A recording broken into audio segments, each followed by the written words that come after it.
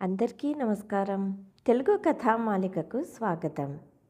మొదటిసారి నా ఛానల్ చూస్తున్న వాళ్ళు తప్పకుండా సబ్స్క్రైబ్ చేసుకోండి. బాబు, నన్ను అలా ఇబ్బంది పెట్టకు. నన్ను ఈ వృద్ధాశ్రమంలో వదలొద్దు. నేను ఇక్కడ ఎలా జీవించగలను అంటున్నారు రాఘవయ్య గారు కొడుకు మనోజ్తో. చూడు నాన్న, మీరు నన్ను ఎమోషనల్ బ్లాక్మెయిల్ చేస్తున్నారు. ఎందుకు ఇలా చేస్తున్నారు? మీకు ముందే చెప్పాను, నేను పని మీద బయటకు వెళ్ళవలసి వస్తుంది. అలాగే మీ బాగోగులు చూడలేక నేను విసిగిపోయాను. సరే బాబు, నీకు ఇబ్బందిగా ఉంటే నేను చిన్న గదికి వెళ్తాను. నువ్వెలా చెబితే అలా నడుచుకుంటాను అన్నారు రాఘవయ్య గారు. మీరు కొన్ని రోజులు ఇక్కడ సుఖంగా ఉంటారు. మరియు మీ ఖర్చులు ఏవైనా ఉంటే దానికి డబ్బులు నేను ఇస్తాను కదా. నా పరిస్థితి ఎలా ఉన్నా కూడా మీకు నెల నెల నేను డబ్బులు పంపిస్తూనే ఉంటాను అన్నాడు కొడుకు మనోజ్. అప్పుడు రాఘవయ్య గారు, ఇప్పుడు విషయం డబ్బుది కాదు బాబు, నేను ఇక్కడ ఉండలేను అన్నాడు. నాన్న, నేను మీకు ఇంటి దగ్గరే పరిస్థితిని వివరించాను.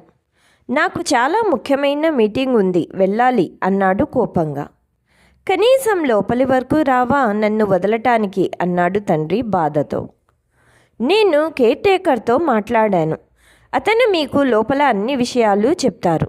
మీరు లోపలికి వెళ్ళండి, నేను కూడా ఆఫీస్కి వెళ్ళాలి అంటూ తండ్రి చేతిని విదిలించుకొని అక్కడి నుండి వెళ్ళిపోయాడు మనోజ్. కొన్ని రోజుల తర్వాత, మనోజ్, నేను నాన్నగారి గురించి ఆలోచిస్తున్నాను. నాన్న పుట్టినరోజు వస్తుంది కదా, ఈసారి ఇంట్లోనే జరుపుకుంటారు. నాన్నను ఇంటికి పిలుచుకొని వద్దామా అన్నది కూతురు స్నేహ. నేనేమీ అంత ఖాళీగా లేను, నాకు చాలా ముఖ్యమైన మీటింగ్ ఉంది ఆ రోజు అని ముందే చెప్పాను కదా అక్క. ఆయనను ఎందుకు మనం పిలుచుకొని రావటం? మనమే ఒక 2 గంటలు వెళ్ళి వస్తే సరిపోతుంది కదా. అయినా ఆయనను ఇక్కడికి పిలుచుకొని వస్తే ఆయనను ఎవరు చూసుకుంటారు? రేష్మ కూడా ఇంట్లో లేదు అన్నాడు మనోజ్. సరే, అయితే నేనే ఆయనను చూసుకుంటాను. ఎందుకంటే నేను చాలాసార్లు ఆయనను నా దగ్గర ఉండమని చెప్పాను. కానీ ఆయన నా మాట వినిపించుకోరు కదా అన్నది. ఎందుకు అక్క? మీ అత్తారింటి వాళ్ల ముందు నా పరువు తీస్తామనుకుంటున్నావా అన్నాడు కోపంగా. అది కాదురా మనోజ్, నాన్న ఎప్పుడూ నా దగ్గర ఉండలేదు కాబట్టి ఇలాగైనా నాతో కొంచెం సమయం గడుపుతారని. సరే అక్క, నువ్వు అడుగుతున్నావు కాబట్టి ఒప్పుకుంటున్నాను. ఇష్టంగానే మరుసటి ఉదయం మనోజ్ తండ్రిని పిలుచుకొని రావటానికి వృద్ధాశ్రమం వెళ్ళాడు. అక్కడ కేర్ టేకర్తో విషయం చెప్పి తన తండ్రిని ఈరోజు ఇంటికి తీసుకొని వెళ్తానంటాడు. కేర్ టేకర్ సరే అంటూ అక్కడ ఉన్న హెల్పర్ని పిలిచి రాఘవయ్య గారిని పిలుచుకొని రమ్మని చెప్తాడు. మీ నాన్నగారు వస్తారు, మీరు కొంచెం సేపు వెయిట్ చేయండి అంటాడు కేర్ టేకర్. మనోజ్ బయట ఉన్న గార్డెన్లో ఉన్న చెట్లను చూస్తూ కొంచెం సమయం గడిపాడు. తన తండ్రి రావటం ఆలస్యం కావటంతో మనోజే లోపలికి వెళ్తాడు. లోపల తన తండ్రి ఒక వ్యక్తితో నవ్వుతూ మాట్లాడటం గమనించాడు. ఇక్కడ రానని చాలా బాధపడ్డాడు తండ్రి. కానీ ఇప్పుడు ఎంత సంతోషంగా ఉన్నారో నాన్న అని మనసులో అనుకున్నాడు మనోజ్. రాఘవయ్య గారితో మాట్లాడుతున్న వ్యక్తి రాఘవయ్య గారితో, ఇక నేను వెళ్ళొస్తాను రాఘవయ్య గారు.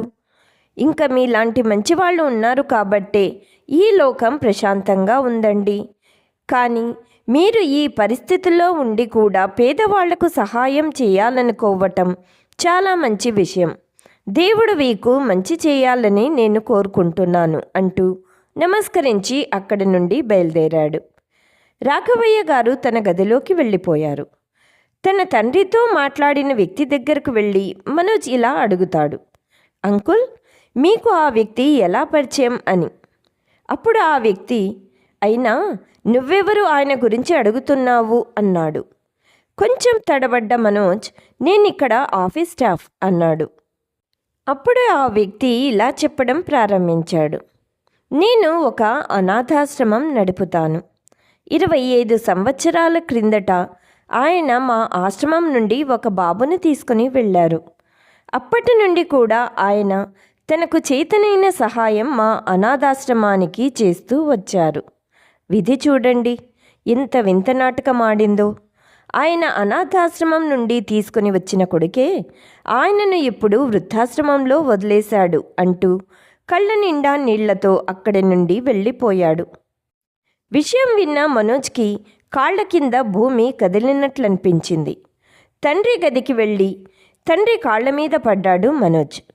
నాన్న, నేను అనాథనా అని అడిగాడు ఏడుస్తూ. ఓ, అంటే నువ్వు ఆ వ్యక్తిని కలిశావా అని అడిగాడు తండ్రి. నాన్న, నేను చేసిన పనికి నన్ను క్షమించు. నాన్న, పద మన ఇంటికి వెళ్దాం. మళ్ళీ ఇక్కడికి రావాల్సిన అవసరం లేదు నీకు.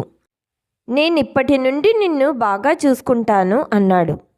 అప్పుడు రాఘవయ్య గారు నవ్వుతూ, నువ్వు అనాథావని తెలిసింది కాబట్టి ఇప్పుడు నన్ను ఇంటికి రమ్మంటున్నావు కదా. అదే నా కొడుకువి అయి ఉంటే నన్ను తీసుకొని వెళ్ళేవాడివి కాదు కదా. అలా కాదు నాన్న, మీరలా మాట్లాడవద్దు. తనతో రమ్మని తండ్రిని ఎంతో ప్రాధేయపడ్డాడు మనోజ్. అప్పుడు తండ్రి, నేను నీ తండ్రిని, నాకు నీ గురించి బాగా తెలుసు. నువ్వేమనుకుంటున్నావో. అది కాదు నాన్న, నిన్నిక్కడ నేను ఎలా వదిలిపెట్టి వెళ్ళగలను అన్నాడు. ఎలాగైతే నువ్వు 1 నెల క్రితం వెళ్ళావో అలాగే నేను మాత్రం ఇక నీతో ఇంటికి రాను. ఎప్పటికైనా ఒక విషయం గుర్తుపెట్టుకో మనోజ్, మనకు సహాయం చేసిన వాళ్లకు సహాయం చేయటం గొప్ప విషయం కాదు. ఎప్పటికీ మానవత్వం కలిగి ఉంటే అదే మంచి విషయం. మన జీవితంలో మనం పైకి రావటానికి ఉపయోగపడుతుంది. ఇదండి ఈనాటి కథ. కథ మీకు నచ్చినట్లయితే please like, share and subscribe my channel. Thanks for watching.